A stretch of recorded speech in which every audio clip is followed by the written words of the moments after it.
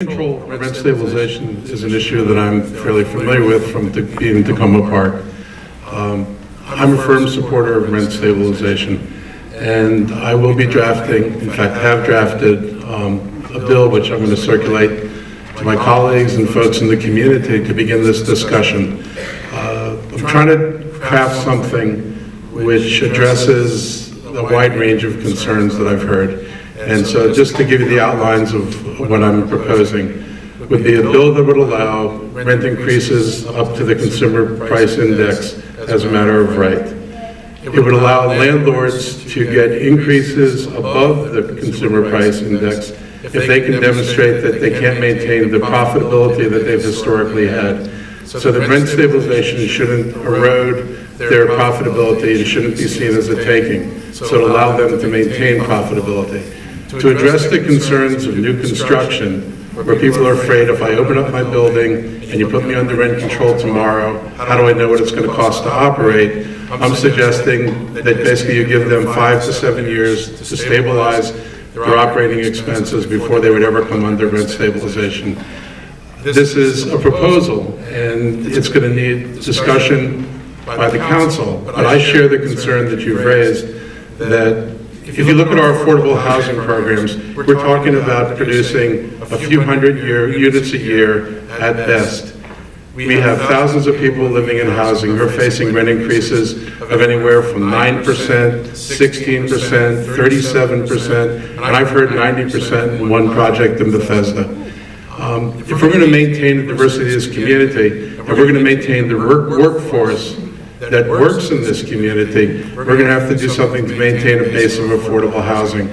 We don't need a law like New York's law. You ought to be able to learn from the mistakes of rent stabilization. I can tell you, if you look at Tacoma Park, it has not affected our single-family home values, and we've been able to maintain the quality of rental housing while having stabilization. On your second question, I supported a bill that was in the legislature that would have limited condo conversions.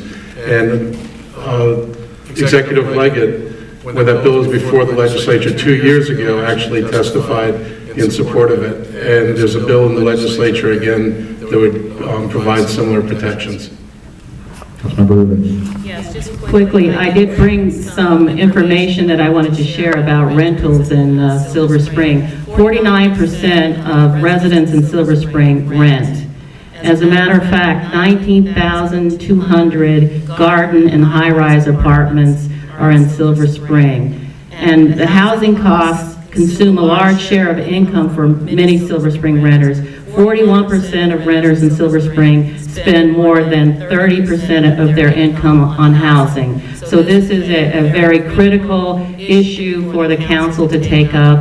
And I know that Councilmember Trachtenberg and Elrich and many of us on this council are extremely concerned about what this means for our neighbors. And so I know that Councilmember Trachtenberg has something that she wanted to share that the two of us are working on. You know, I think what Valerie and I have identified in the year that we've been on the council is that affordable housing is critical for seniors, for those that are vulnerable, and that one solution is not going to solve the problem. That we're going to have to take a series of steps, and I know in the conversations that we both had with the county executive, he recognizes that. So what I would say to you this evening is that Valerie and I will be working, and I know Mark as well. I'm not sure the components of what we're going to suggest are going to be that close to what Mark is suggesting, but I know that, again, my colleagues are very concerned about this.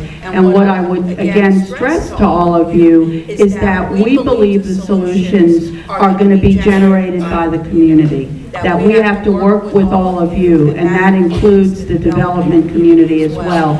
But there simply is a crisis in this community, and I know this firsthand. I have a disabled child. There's no way he would be able to maintain, even if he was well enough, any kind of a housing situation here. And my situation is not unique. So we are working on it, and again, Valerie and I intend on bringing a few proposals forward by summer's start.